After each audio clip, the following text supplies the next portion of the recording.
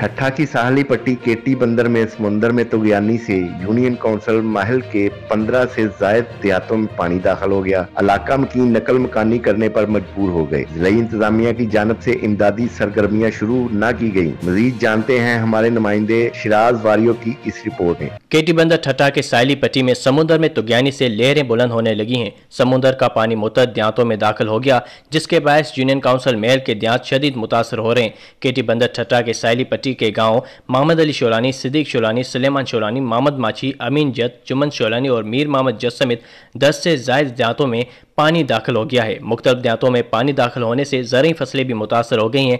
पानी दाखिल होने से मुतअद्दिद देहातों से लोगों ने अपनी मदद आपतेद नकल मकानी करना शुरू कर दी है। ज़िला इंतज़ामिया की जानब से इमदादी सरगर्मियाँ शुरू न करने के बायस इलाका मकीनों की मुश्किलातों में मज़ीद इजाफा हो गया है। कैमरा टीम के साथ शिराज वारियो, ठट्टा।